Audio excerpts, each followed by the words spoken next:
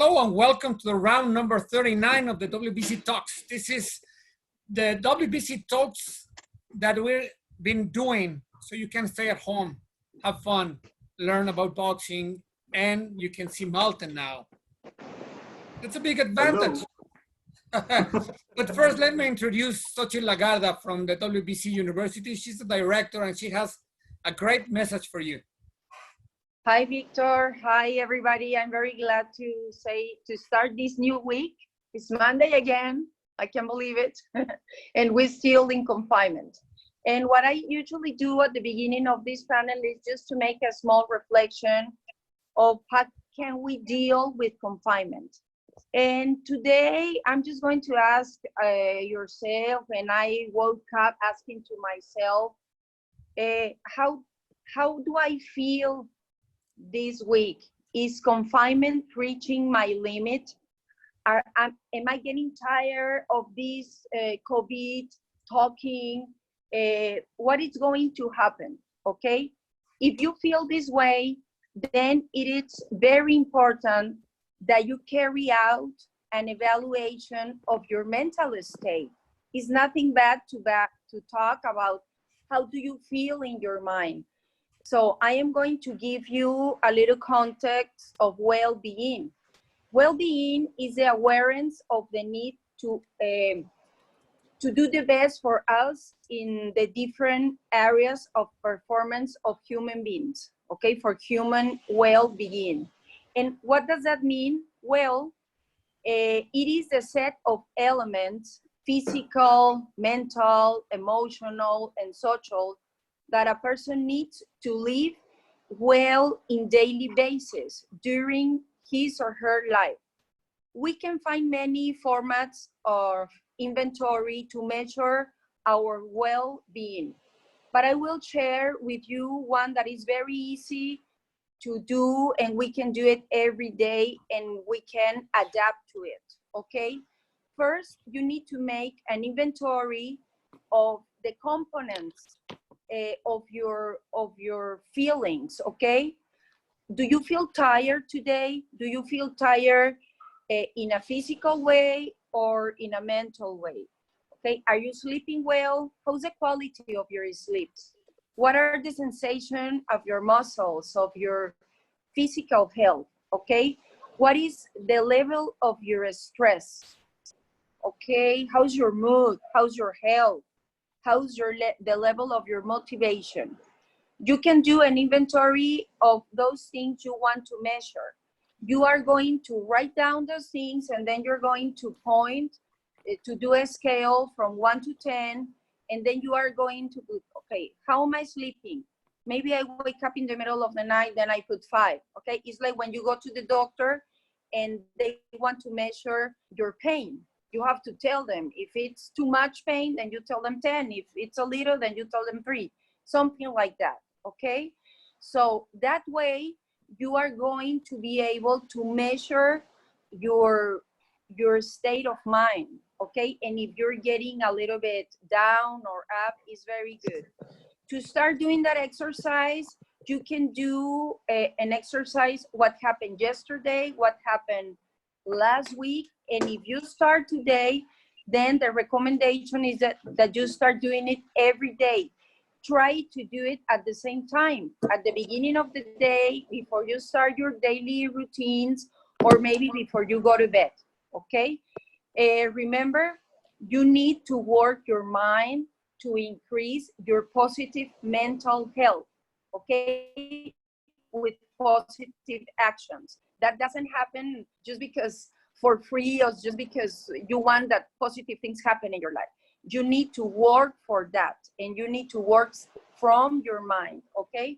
Maybe you can learn from our daily mental health capsules that I share here every day, or if you think you need a more professional advice, you also can seek for professional help, okay? Try to do this every day and try to be monitoring how was yesterday, how are you today, how are you last week, okay? And the purpose of this type of exercise is to obtain in a fast track quality information that will help you to improve as a person and to develop your own tools. Okay, that is the relevant of right now in confinement. We have to develop our own tools to be in a good mental health, in a good physical health. Okay, so well, with this I finish, and I desire that you have a great panel today, a wonderful week, and keep motivating yourself, keep doing things that are good for you. And I'm very happy to being able to say hello to you all. Thank you very much. Adelante, Victor. Thank you, 𝗪𝗓𝗓. Now, this is round number 39, as I said, and it's going to be about boxing as an entertainment. And Malte Muller, that is the chairman for the women's boxing division in the WBC, is going to introduce the panel. Malte, how are you? I'm good, thank you. And I wish I'm going to be the head of the WBC Entertainment Committee one day, once we form one. You are. In the conventions, you are. Thank you very much. No, I was actually asked if I would host this and put together a panel. So I put together a panel of some of the best and coolest people in boxing. And I'm very proud that you're all here. Thank you very much for coming. Mark is still fighting with his camera, but that's okay, Mark. Yes, I will get it. My camera does not want to cooperate with me. I may have to hold it today. It's okay. But I love your boxing corner. That's why I'm here. We have a lot of some of the greatest, all the greatest fights I ever worked on. Wow. Oh my God. Look at Nice. this. The seats from the great arenas. Every single great fight that took place in the era I worked at HBO, the gloves from the fights. Oh my God. On and on and on. Yeah, we have it's a beautiful museum here. That's great. We're going to come to that in a second, Mark. Let me first introduce, because you know the WBC is all about the fighters, and I'm so proud that we have a champion here, our former and possibly future world welterweight champion, Mr. Shawn Porter. Shawn, how are you? What's up, everybody? I tell you what, I'm struggling over here, man. I'm doing my best to look like a champion right now. It's rough over here. Hey, Shawn, I was gonna do the same thing with my hair, but you gotta stick with the comb over. That's all you got. Same here. Everyone's good. Everyone's healthy, and just training right now. So that's it. Waiting on them to tell us when we're gonna be back in the ring. There you go. I was very happy that you're joining in. Thank you for being part of this, and Absolutely. And we'll have some fun. So we're going to move over to Mark, who is holding his camera up, so you'll get a good exercise for his arm too today, which is good. Mm-hmm. So Mr. Mark Taffet has been. Oh, you can introduce yourself, but you showed us your little museum over there. It's been more than 20 years, I believe, that you were the head of boxing for HBO, right? And there you go, HBO boxing. I mean, I don't think you really need an introduction, but please show us a little bit around in that small room and tell us what you've done in the business. I have been blessed to be a part of the greatest fights from 1991 through 2015 in the sport of boxing, and to have a central role in every one of those fights, to get to know the promoters, the heads of the venues, the fighters, the publicists, folks with the passion at the sanctioning bodies, the media. It was just an incredible pinch me experience. I've said many times, I never called it work, once each day. And you could see that we have fights here, De La Hoya Hopkins, De La Hoya Mayweather, Holyfield Lewis, Lennox Lewis and Mike Tyson, Manny Pacquiao, Miguel Cotto, the great Trinidad De La Hoya fight in 1999, the very first event done at Cowboy Stadium with Jerry Jones when Manny Pacquiao fought Josh Clottey, the very first event at the This was Oscar De La Hoya and Manny Pacquiao, where we did the press conference at the Statue of Liberty. And Miguel Cotto against Yuri Foreman, the rabbi, when Yankee Stadium was rebuilt, and it was Yankee Stadium's first fight back. These are the seats from Madison Square Garden, from their arena. These are the seats from Shea Stadium and Yankee Stadium, where famous fights took place. Here's a wonderful poster. George Foreman at the age of 45, the oldest man to win the heavyweight title when he beat Michael Moorer. So many great memories, I have to say, that I have right here in this house.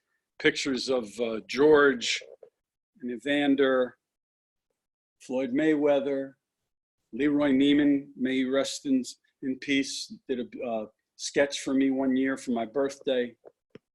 A great photo shoot with the champ, Vladimir Klitschko, which we did in New York.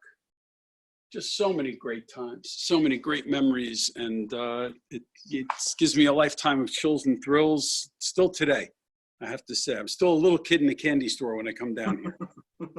Thank you, Mark. Thank you so much for taking the time and being with us, because especially on this topic, on the entertainment side of boxing, you're just a great asset to this round of panel. And we're going to come to you in a little bit. I want to introduce the other people on the panel. And as a young man, friend of mine here from Hamburg, Germany, who will once have a museum just like you, Mark. He already started collecting some pictures. Benedikt Poelchau, also known to some as Benny Blanco, international advisor of some fighters, working closely with promoter SES Boxing here in Germany. Great guy, young kid coming out of Germany, and one of the very few people in Germany who actually know about boxing. So I'm very happy that he's part of this panel. Benny, please introduce yourself. Say hi. Hi, everybody. Nothing more to add. Malte, pleasure to be here. Hello, everyone.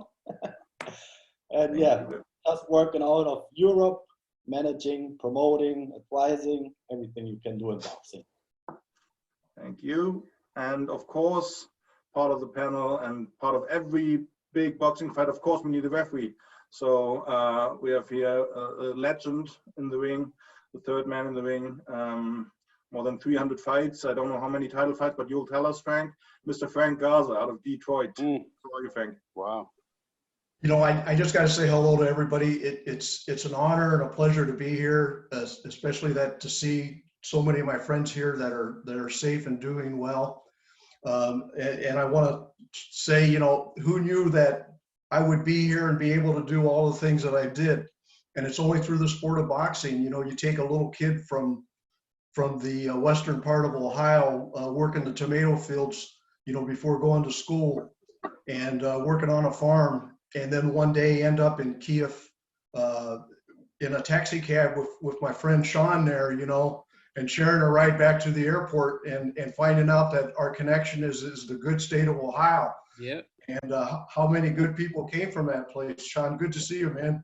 Thank you. And Very good to my see friend you. Mark Taffet there, who I was looking forward to seeing in May before all this came down, and we had a big event that we wanted to put on, and I hope that we're still able to put it on, and I hope that it still comes to our great state.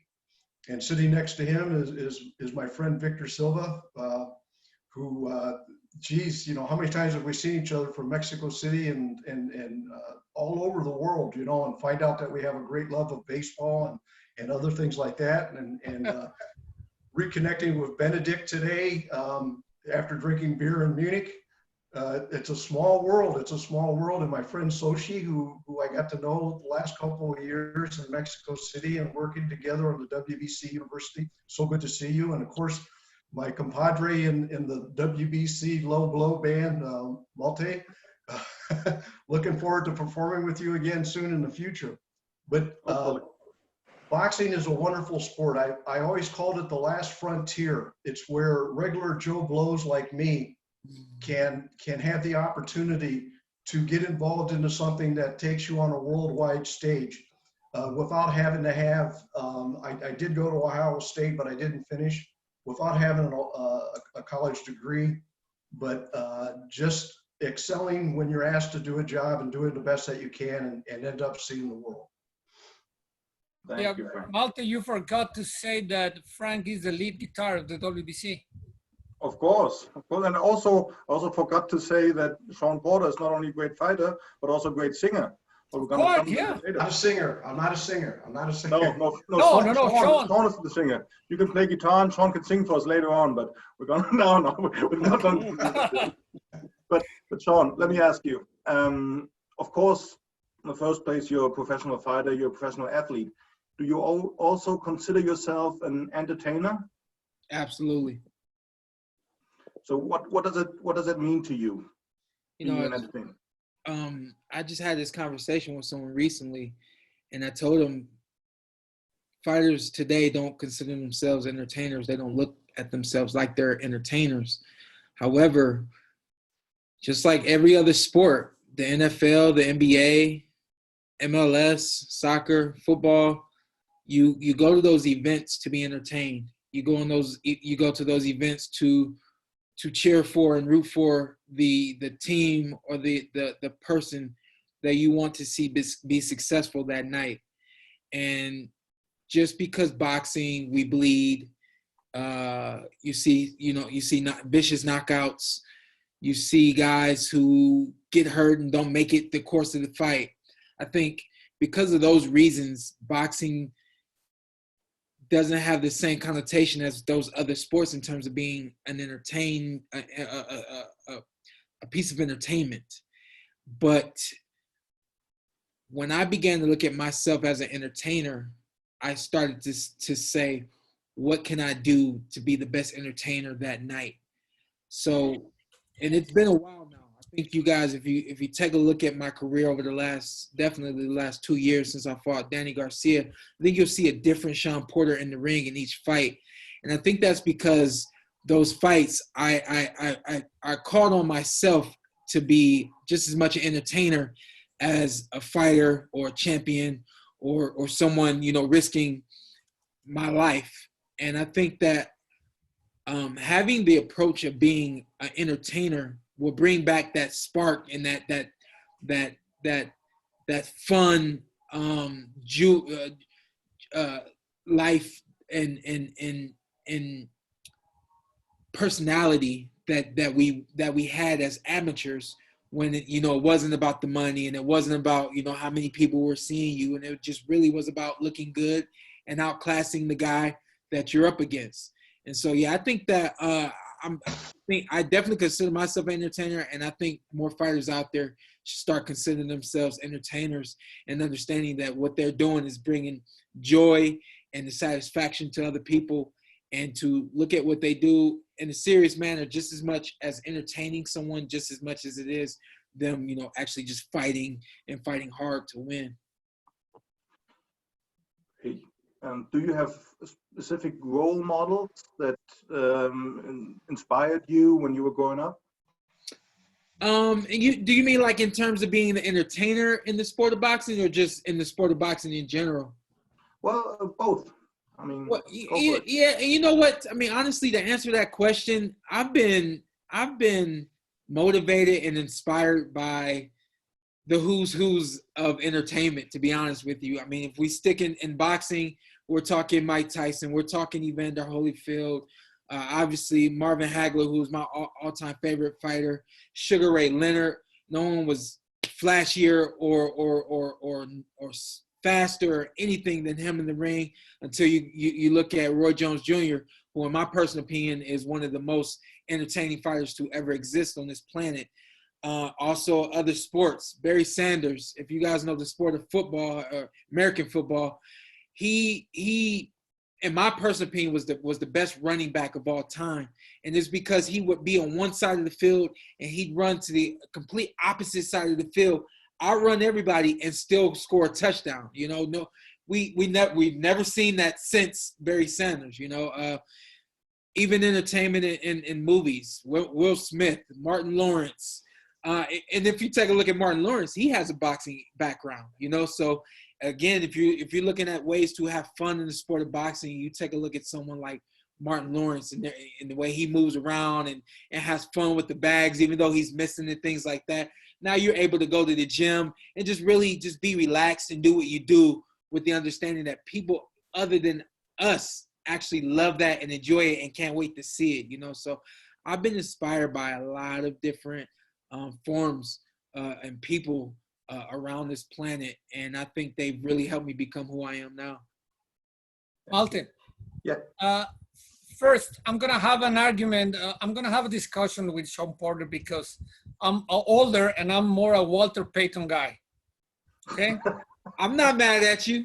I'm not mad at you. Second, I would like to participate in this panel as a boxing commentator, not as a host. I'm gonna take advantage that you're hosting this show. And I've been commentating fights for a long time. That's how I met Mark also. And it's all about entertainment. It's not, I know there's people that love boxing and they're gonna be there watching the technique and all that stuff. But the main fights are built with people that wants to see story, drama, everything that builds. That's why the press conference are really important. Mark can tell you hundreds of anecdotes about that. The weigh-in, the face-off, that's really interesting. And the boxing entrance, it's really amazing. And as a commentator, that I'm the channel to bring that to the people. I want to show you some pictures here. That's really interesting. That this is something that you can tell the people that you want to show. Mark, please correct me if I'm wrong. No, Mark? I'm not. Oh, no, I'm not correcting you. I'm just waiting until you're done so I can amplify with more examples exactly what you're saying. Please go ahead. Mark, tell us, Mark, from who are the most entertaining fighters, both inside and outside of the ring, that you work with? Well, you know, one of the most challenging things, just to go back for a second, is it's easy for a fighter to say, I'm an entertainer. But there are different aspects of entertainment that fighters have to understand. The first part of entertainment is your performance in the ring. You're a performer, not just a fighter. You're a performer. And that means the way you carry yourself in the ring at its core, when you're fighting, when you're showing your craft. You need to do it and perform for the fans. You need to give them some entertainment. They have to see some attitude. They have to see some talk. The outfit you wear into the ring walk itself, the demeanor when you're being introduced.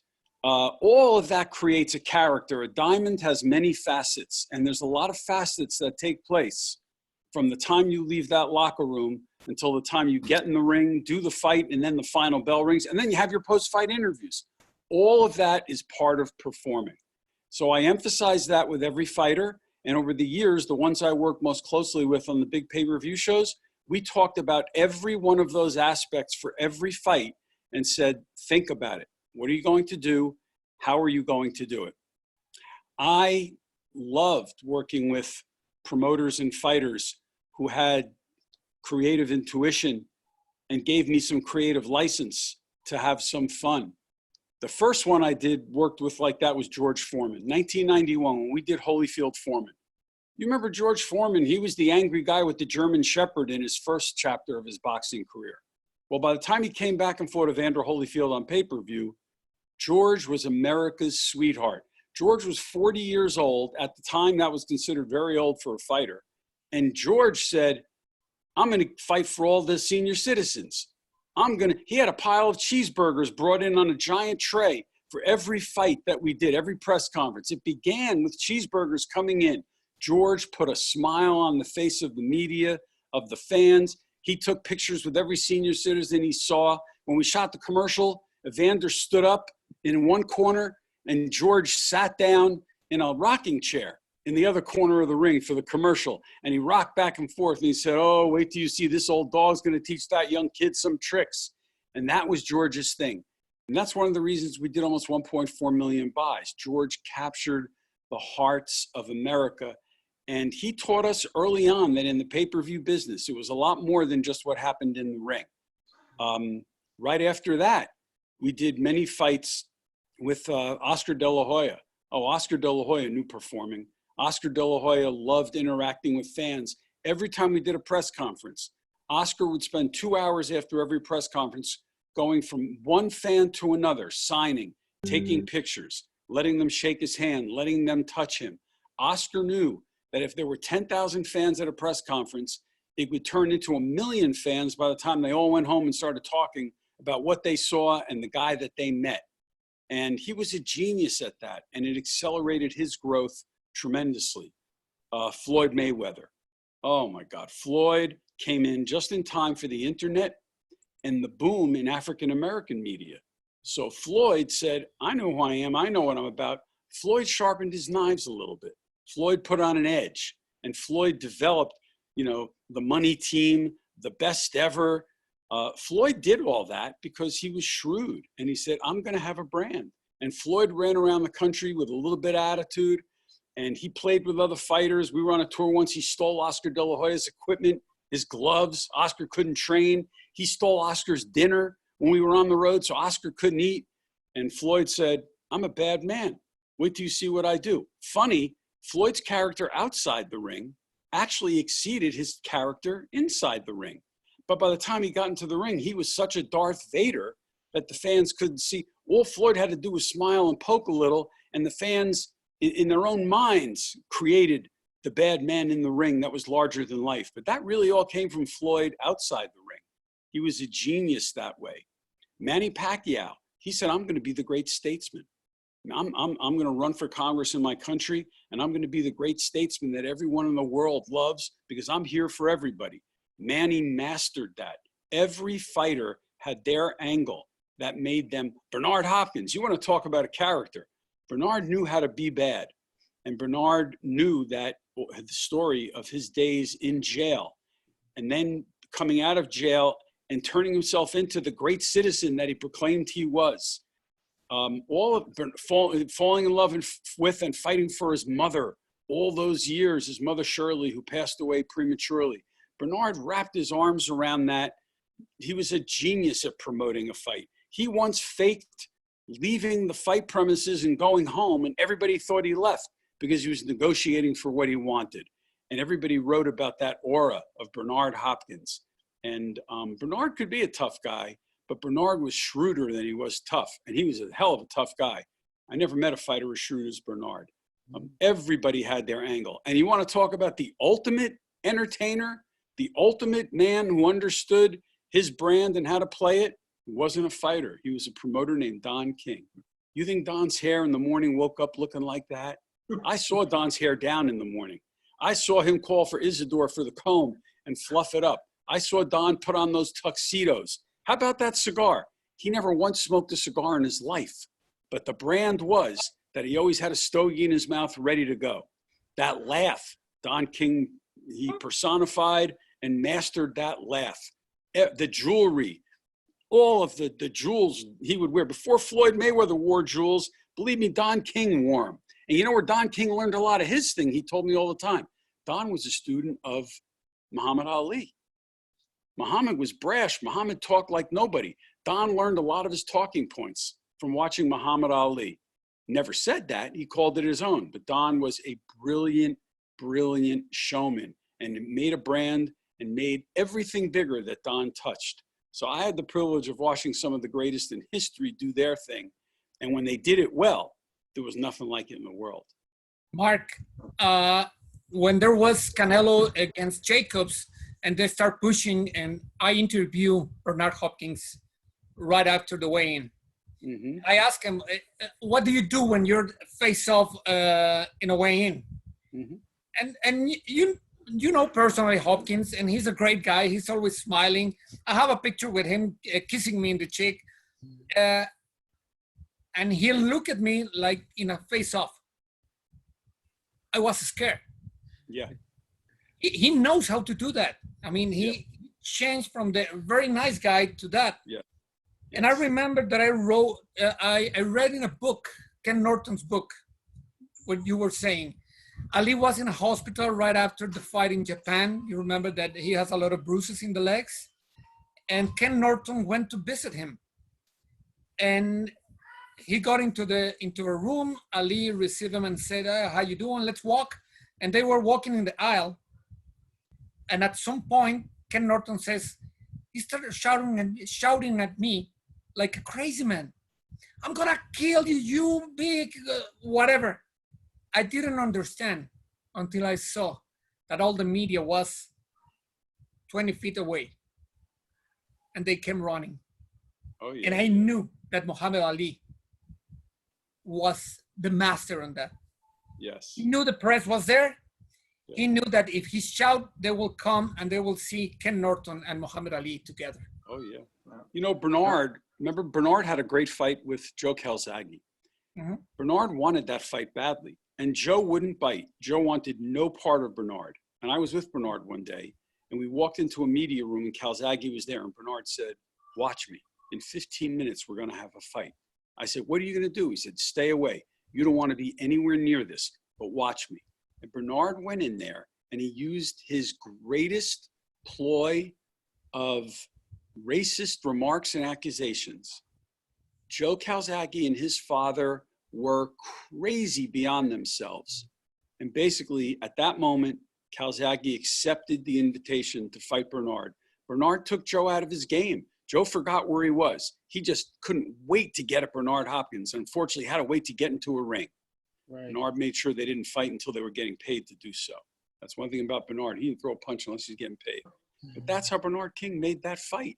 And he was very astute that way. I saw so many fights get made under circumstances like that. I mean, Floyd Mayweather and Manny Pacquiao. Do you know how brilliant Floyd was to get that fight done when he sensed it was close, but he knew that the promoters were in the way, that Arum and Heyman and others weren't talking to each other and weren't going to get it done. And Floyd said, we got to get this fight done. And what do you think Floyd did? Floyd went to a basketball game. He knew Manny Pacquiao was going to be at that game. And the second he saw him, Floyd went right over to him, engaged him, took him up to his private room, put a show on for the media, put his arm around Manny, and started talking Manny's language. That made the Mayweather-Pacquiao fight, because that's how smart Floyd was, and he took it into his own hands. Certain fighters had, and Floyd became a great promoter because of those same skills. I've seen so many fighters over the years. There were others that would use intimidating type tactics to change the fight before it even got into the ring. There were many that were great at that. Antonio Tarver used to love to try those tactics. Sorry to interrupt, Mark, but I just want to explain this picture. Oh, go ahead, go ahead. This is the private airport for Mayweather's Pacquiao fight. It was full of private jets. Yes. Oh, yeah, I remember that. Everything was private jets. There were more people in that stadium because of private jets than there were because of public transportation or any other way. Yeah, yeah, but there were so many great fighters over the years that did that. Riddick Bowe, when he was heavyweight champion, was a great entertainer. Riddick could do imitations better than most fighters. He used to imitate Muhammad Ali. He'd imitate the other fighter. You know, it's funny, Evander Holyfield had a great character that fans identified with. Lennox Lewis was a gallant warrior and a great fighter, but when it came to promotion, they were the B-sides of most of the promotions because their personalities were being pricked and pushed by the other fighters. I remember when Lennox fought Hasim Rahman, right? The first fight was South Africa, and Rahman knocked Lennox out. And Lennox came back, and Rahman knew that he was going to make Lennox so mad that he was going to get the mental edge for the fight. That was his goal anyway. And we went to ESPN, the Kids Zone in Los Angeles, in Anaheim, at Disney World. And I remember sitting down and the publicist saying, make sure the ESPN interviewer sits between Lennox and Hasim. I said, oh, no, they get along well. They don't need to do that. And Kelly Swanson said, no, make sure they're sitting in between them. I, of course, let the two of them sit next to each other. Well, it didn't take but 30 seconds for Hasim Rahman to challenge Lennox Lewis's manhood.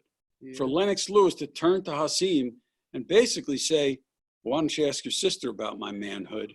And the next thing you know, 13 feet and 580 pounds of heavyweight fighters were rolling around the floor in front of 300 kids wearing Mickey Mouse ears at the ESPN zone in Anaheim. And that changed the promotion, and that made that fight.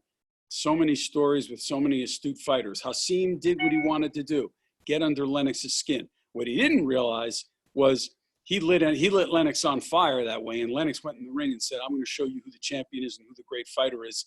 And Lennox did it in the rematch. But fighters who understand that they're performers are the ones that can take it to another level in pay-per-view and get the fans to watch them and get the fans to pay for them. But they have to be very astute and very diligent about it. And you have to make yourself available. It's a lot of work. I mean, Shawn could tell you that. Some of these big fights, man, you can't wait to go to sleep. People are pricking you and pushing you so much to be involved. Right, Shawn? Oh, Shawn, who's there?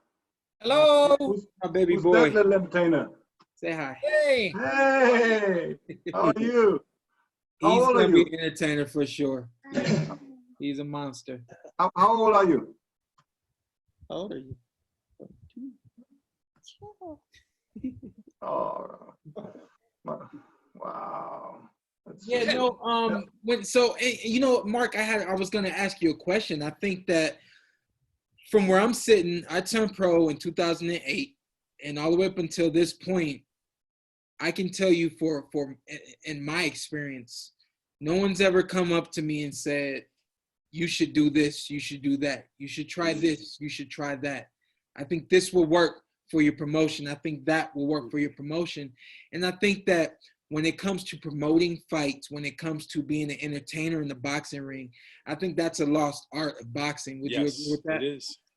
I learned it from the masters.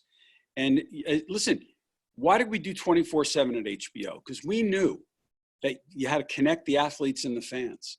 My wife, if I say to her, let's watch boxing, she says, what are you, crazy? I show her one episode of 24/7. She has to see the fight. She has to see the conclusion. Now, connections when you do 24/7, you're exposing facets of the diamond. It's another form of performing and entertaining. You know, it's in the ring, it's out of the ring. When you do media interviews, when you do your press conferences, your face-offs, all of that is about performing and entertaining. And you know what, Shawn, if people didn't talk to you about that, then they underserved you, frankly, because those are the things that take people from being, you know, in effect, the B side of a promotion to gaining the leverage to be on top of a promotion, because the fans love it and they demand to see you. And, you know, a lot of promoters don't like it when the fans demand to see their fighters, because it takes some control out of their hands. And a lot of times that has to do with what a promoter does or doesn't do with you, because they're a little worried about, hey, this guy's got a little bit too much talent. If like in the form of Shawn Porter, maybe if he starts showing himself a little too much, I'm going to lose some control. That can happen too. But for fighters, it's the only way to go. And everybody plays it a different way. Not everybody can imitate. Not everybody's a jokester. Not everybody's a gangster. But you find ways to entertain and connect, and for people to say, I love this guy. Yeah. Andre Ward had his own way. You know, he was son of God. He was straight. People loved his integrity. They loved his character. They fell in love with it. And it took him to another level. Later in his career, unfortunately, it was too late. But people learned to appreciate that about him. Mark, Always. Let's include Benny, because he, besides everything he's doing, is a close friend of one of what I say is one of the best entertainers today, especially in the heavyweight division, Tyson Fury. Benny, tell us a little bit about how Tyson is when it gets to a personal level, and what happens if he switches on his in-ring personality. First of all, I would like to bring another side up, which is what I also try to teach my fighters, especially the young guys, because what I see happening now many times is they put the whole entertainment factor on priority, and they totally forget about it's all about and all the fighters that we spoke about now. First and foremost, it's all about the performance, the skills, developing into a world-class fighter. And I would say the second step then, or maybe in between, maybe that's even more the job of a good promoter or a good manager to find the right image and so on. But a lot of guys, they worry about what they are wearing. They worry about their Instagram followers. They're worrying about what car they drive, how good they are looking, if they went to the barbershop before the fight, and all kinds of stuff. And many forget what's most important. And I would even say, even if you're not the biggest entertainer, if you perform over and over again and on the highest level, you will definitely make it as a boxer, as an entertainer. You will earn your money and you will achieve a lot. And then, I mean, the big names like, and I would say it all started with Jack Johnson. I would say he is the first one ever who made it, maybe not even only as a boxer, but also as a sport athlete in general, who made it into a superstar. And he had all that stuff around, but also him, it was all about the performance in the ring, even in probably tougher times than today. And after him, I would say, was Sugar Ray Robinson, who came and took something from Jack Johnson. And then Muhammad Ali came, and I think he took something as well from Sugar Ray Robinson. And then Sugar Ray Leonard came, and he took something from Muhammad Ali. And then the great 90 area came with Mike Tyson or Prince Nassim or then Floyd Mayweather. And now, maybe now it's Tyson Fury. And Tyson definitely will agree with me that first and foremost, it's all about the skills in the ring. You need to be better than all the other guys. You need to perform in the ring. And the next step is then to sit down and take a couple of minutes or have a team who's working on it for a couple of hours. How can you put more to it? Like, what is the entrance about? What is your image? And Tyson is really who he is. That's another part of it. I can see a lot of fighters. They are not entertainers, but they want to be entertainers. So they are watching and trying and wasting a lot of time there. And most great guys, all of them that we were talking about, they are all natural entertainers as well. And so is Tyson. It's not really that he slips into a totally different role. He has this part of his personality is like that. So he loves to sing in private. He loves to sing in the ring then. He loves to wear fancy stuff in private. He loves to wear fancy stuff in the public. So just wanted to bring that up as well, because maybe some young fighters are watching, and well, it's very important, like how is the whole business factor and entertaining and your image and all that. But if you won't make it in the ring, like with the skills, you can entertain how much as you want. Nobody cares about you at the end. Yeah, no, you're 100% correct. Entertainment takes stars and makes them superstars. Yeah. It takes superstars and makes them megastars. What Yeah. I used to do at the head of HBO pay-per-view, I was going to be involved with the biggest, best fights in the world. What I needed to do was also identify those athletes that could be entertainers to take us to another level. Because I wanted to use big pay-per-view fights to reach beyond core boxing fans and expand the audience. To do that, you needed the guys with the personalities. It takes a scientific approach. It takes someone sitting down, analyzing, understanding the person, the athlete they're working with, and crafting a brand around the strengths of those athletes. Because you can't make somebody what they're not. But everybody has aspects to them and to their character that as long as they're willing to put in some work, you can take them to another level. They have to be willing. And if they're willing, you can find those aspects to craft that brand that will help them become much more successful at what they do. You just have to have the right talent around you, you know, in terms of, you know, like I was an astute marketer and I paid a lot of attention to it. I listened, watched, and learned from the best. I grew up with the best promoters. I worked with many superstar fighters. I remember everything I saw in every promoter and fighter, and I logged it away and I used it. I mean, we used to name the fights to, you know, as entertainment to get people involved. You know, that was part of what got people interested in a fight as well. It's all about creating a brand, an image, a commercial interaction. With social media, you got to create interaction. You could put a fighter on social media, and if they're not effective communicators, you can ruin them by exposing them. True. Not every fighter deserves to be exposed. Some fighters deserve to just be in the ring, kick somebody's ass, look good, and build that aura. And that's the way it was early on with Mike Tyson. You didn't need anything with Mike. All you needed was Mike doing what he did and capture that footage and put it out. And that was Mike's entertainer and performer side. People just said, oh my God, look at this kid. But he was blessed. But Shawn, I know what you have in you as a person, in addition to being an athlete. There's no doubt you have it within you to turn people on and take them up a level. The right people around you just have to say, let's do it and want it. And what I was just about to say, I think, important part of athletics in general is brand. And I think that that's something that isn't really spoken about in the boxing community to the fighters. The fighters, I think most time the promoter and maybe even managers are waiting to see if their fighter is that fighter that they signed. And they're waiting for that fighter to get to that certain level. But along the way, they have not done anything to brand that fighter. They have not taught that fighter anything to brand themselves. And then here we are on the world championship level. And now we're talking about, oh yeah, let me come up with a logo. Oh yeah, let me brand myself now. Well, it's not too late, but you haven't really showed anything. So people, the only thing they know is what happens when you get in the ring, So for me, I think a great part of what I'm doing now is, on top of social media, is the job that I have with Fox.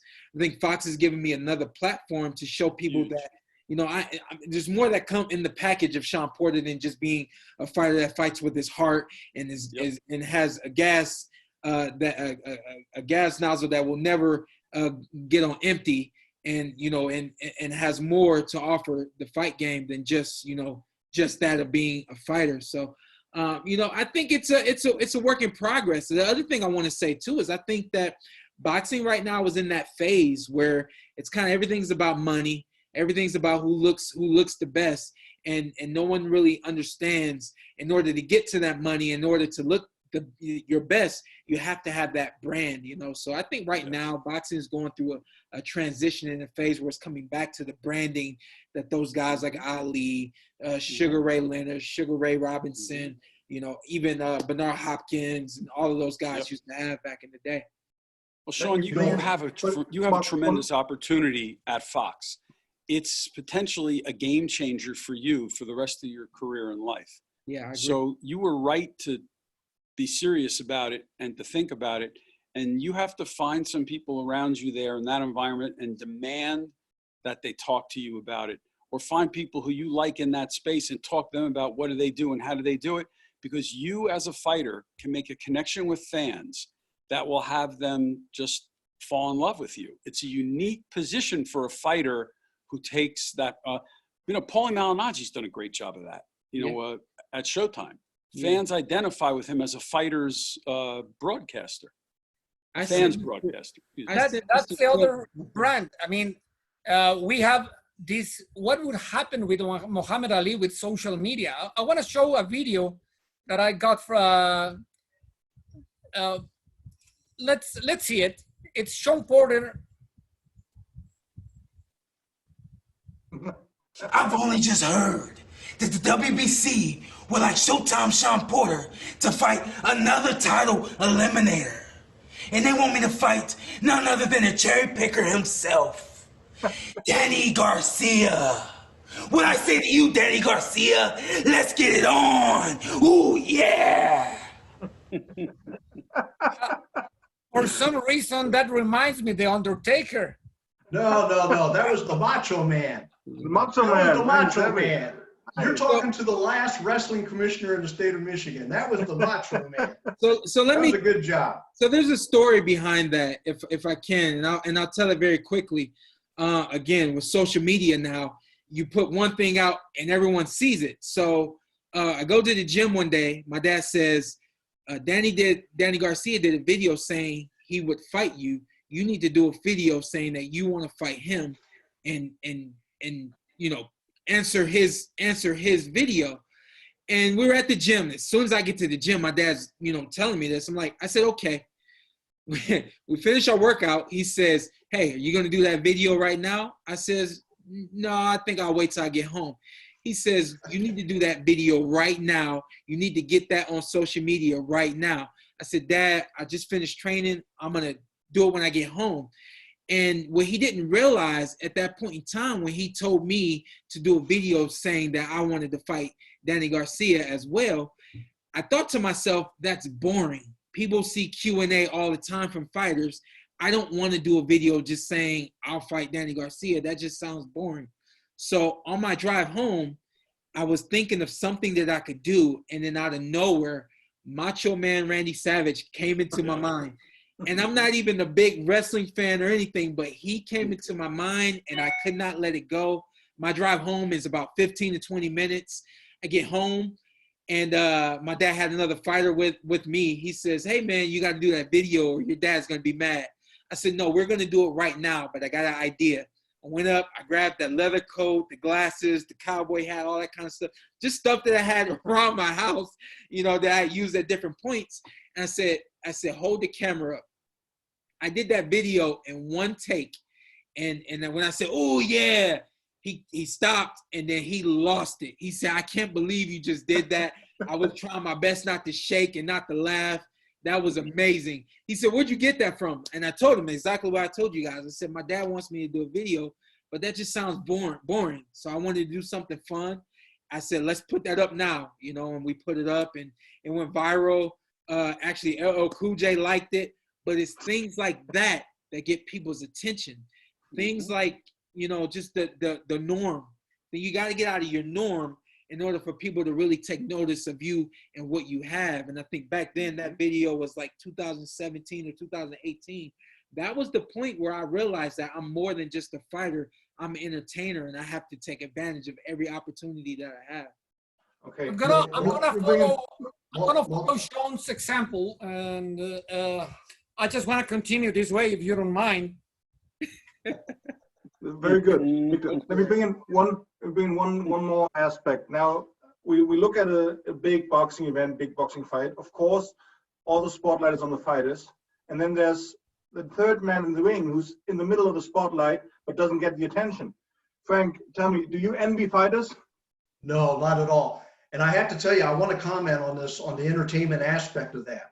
You know, as an administrator and also as an official, we have a different perspective as far as the entertainment aspect goes. And I think some referees get caught up. They want to be part of that entertainment.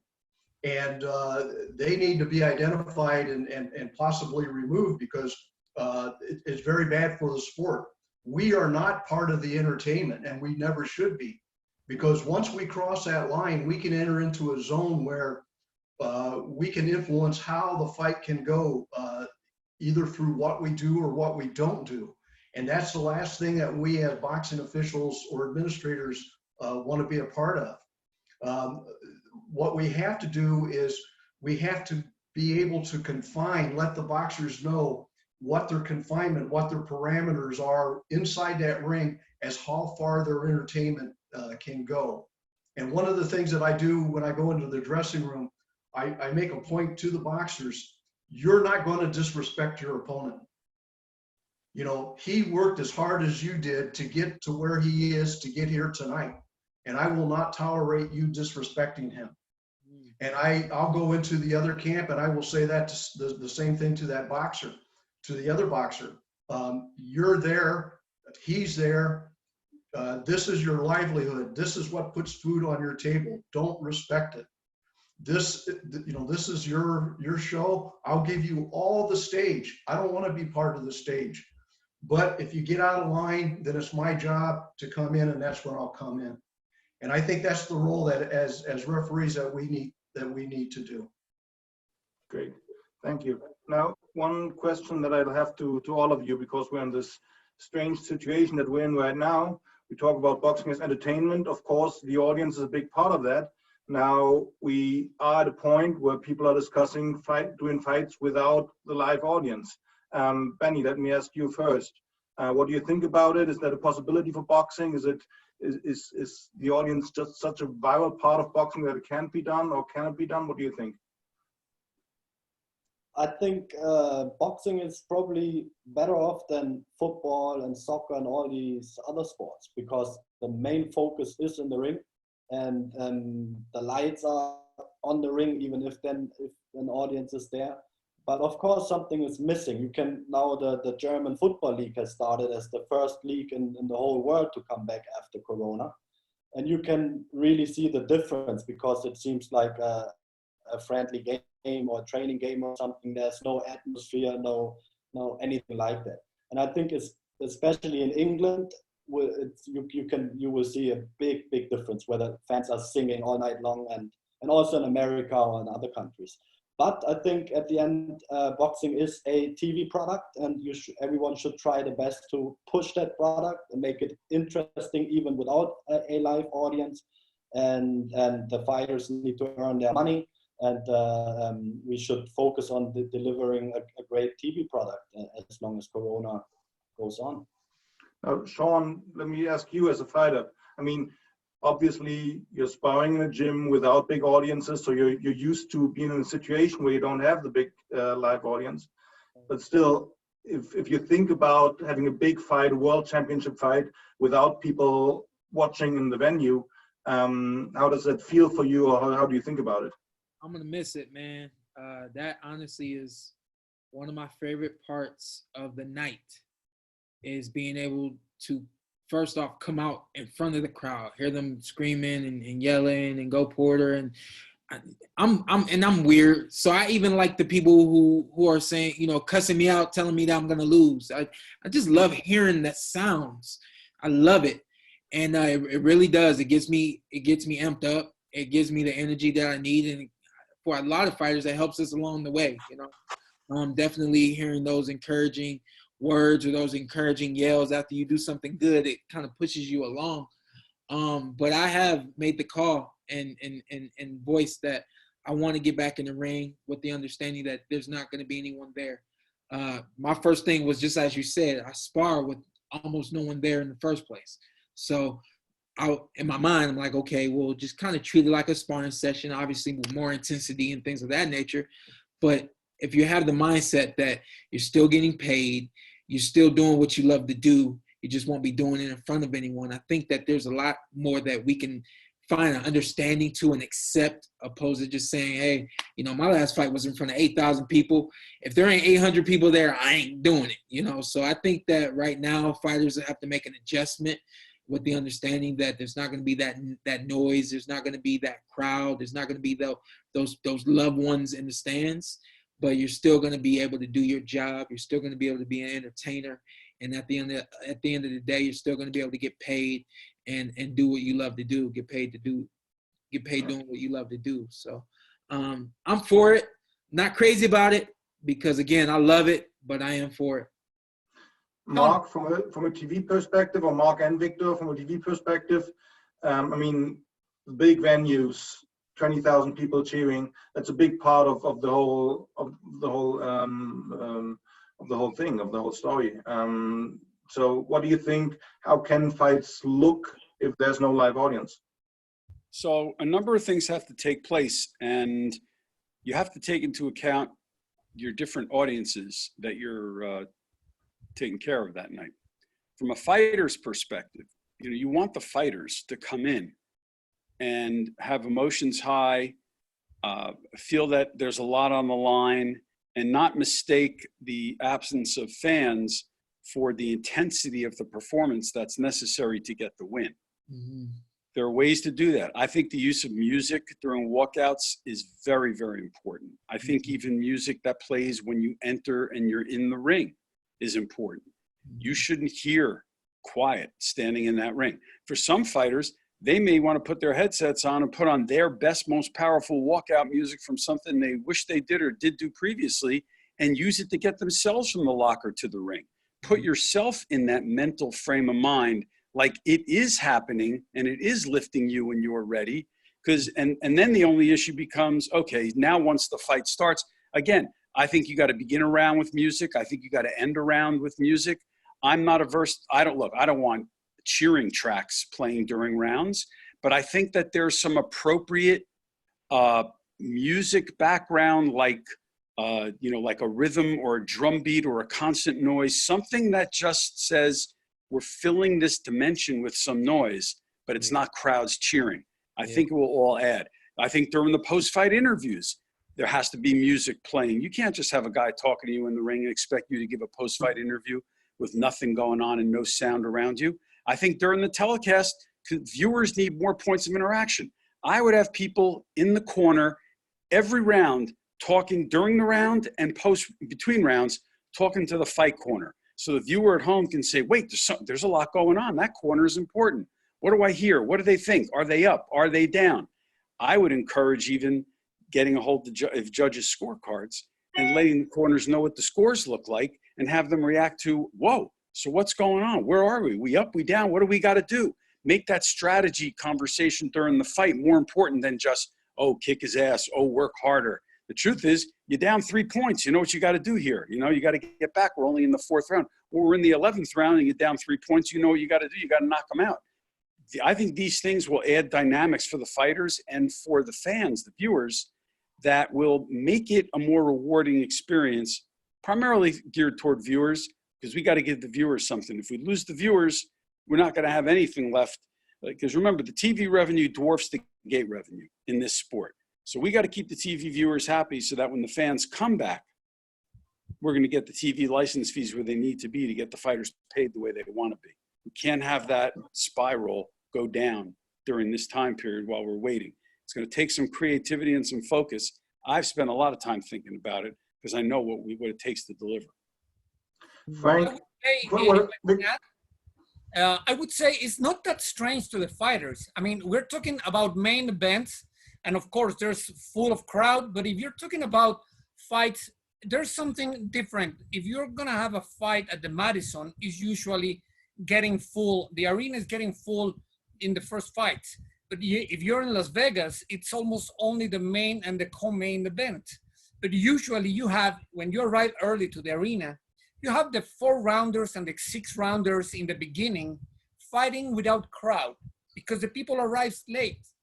So to be honest, as a commentator, you can appreciate the fight even better because you can hear the punches, you can hear the blows, you can hear when someone is excited. So we had that experience already in the first fights. It's different, of course. It is really different. It's gonna be strange for a TV fan, of course. I'm not sure about how good or bad is for a fighter, but I think all the fighters experience that in the first fight. Frank, what would you say, not only from a referee's, but also from a judge's perspective? May it help that there's no audience? I mean, it takes something out of the occasion. Well, I have to tell you that I have a very unique perspective in this, in that back in the 80s, there was some things going on the other part of the world where people were being suppressed and not being able to do things. And I was part of a small program at one time where we were bringing fighters in that were not going to have the opportunity to box in their own country for political reasons. And we did a closed circuit TV showing of their fights, no audience, no nothing. It was just the cameramen, the officials, and the commission. And we did those fights.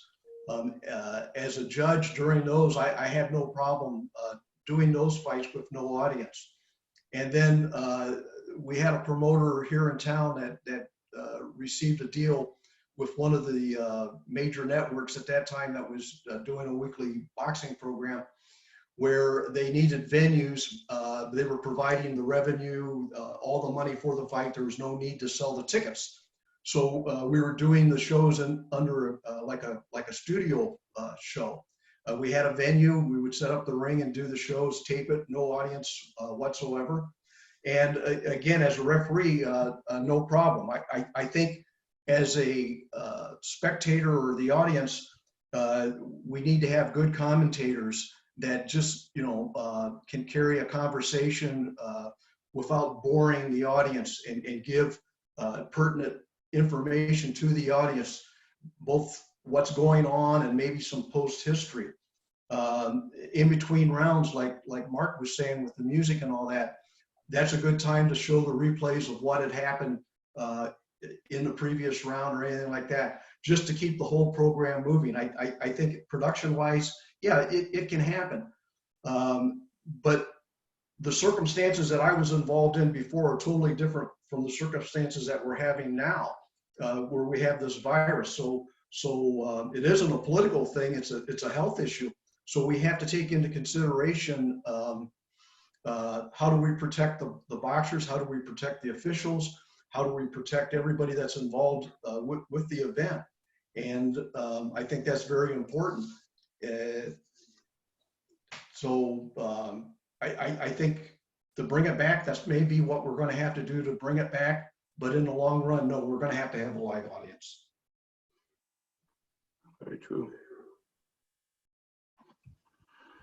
So now I think this is the part of the show where we start singing, right, Victor? Yeah, but I think we touched a lot of topics that are really interesting. I really enjoy it, hearing everyone's opinion. I think it's different opinion. Do you have your guitar, Frank? So Malte and Shawn can start singing. Mark and Benedikt, do you sing? I see the guitar back there. I see the guitar. Yeah, behind see, I'm never without that. I'm never without that. I heard Mark's a good dancer, though. No, let me tell you this story real quick, because we're talking about entertainment, okay? Yeah. And I was playing in a band, and we had played the song by Bob Seger and the Sound System called Ramblin' Gamblin' Man. And long and behold, this song comes out on the radio by Bachman Turner Overdrive called Taking Care of Business. And it's exactly the same way that we have been playing Ramblin' Gamblin' Man. So anyway, we start playing it. And that night, everybody starts asking for requests. They want this song, they want this song, they want this song. And it became very aggravating. And I got up to the microphone and I says, okay, everybody, no more requests, but here's what we're going to do. Next week, when we come back for next week's show, anybody that can stump the band, anybody that can request a song and we can't play it, we give you $25. And this was like 1972, something like that. So it's $25 was a lot of money. So everybody in the band says, are you crazy? Are you nuts? And I said, no, I got this idea. I got this idea. So here's what we did. There's my singer. So here's what we did. We took, we bought these little pads of papers and got these pencils from the golf course, and we put them on everybody's table. And when we came to the show, said, everybody write down your request. And I had gotten this box and I decorated it in Christmas paper. And we went around, we had one of the girls go around and collect all the songs and put them in there. And they handed me the box. And I took the box and I put it behind my amplifier. And then behind my amplifier was the same exact box with all the songs that we knew how to play. And we had learned like 15 to 20 new songs that we put in there. And I picked it up and I put it on my amplifier. And then I reached in there and I says, okay, we got a request by, say, from Shawn Porter, how to play Bad Moon Rising. So we played Bad Moon. He didn't stump the band. Got another request from Victor Silva, how to play Folsom Prison Blues. You didn't stump the band. And nobody ever caught on. And it was one of the best nights that we ever played. Okay, so next time we're going to discuss boxing and cheating. Next talent show for the WBC convention, I'm going to keep my eye on the boxes behind you. But Shawn, I got to tell you, brother, good seeing a fellow Ohioan, a fellow Buckeye. Thank you. And number 21, Barry Sanders, you touched my heart. Yeah, number 20. Or 20, I'm sorry. You're right. Yeah. Benny, can you sing? Nah, not really. You sure? Benny's a good dancer. I sing one with you for sure. My Way, Frank Sinatra, Shawn Porter, and Benny Blanco, no problem. There'll be no more Johnny Be Good. This is the new one.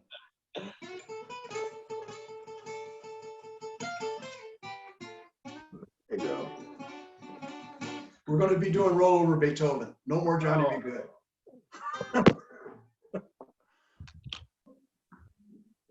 Well, I think it's time to wrap it up. I have a last question to everyone. Sure. Benny, go ahead. Who is the most entertainment fighter in boxing history? Oh, wow, that's a good one. let's say everyone can pick one name, 2, 3. Malte, you're the boss. You decide. Well, let's go for one name, for the one name. I mean, Shawn dropped all of them earlier, but the number one most entertaining fighter. Frank, you go first. Come on. Well, I got a long list of guys that I like to see, guys that are from Detroit that were, that I found very entertaining.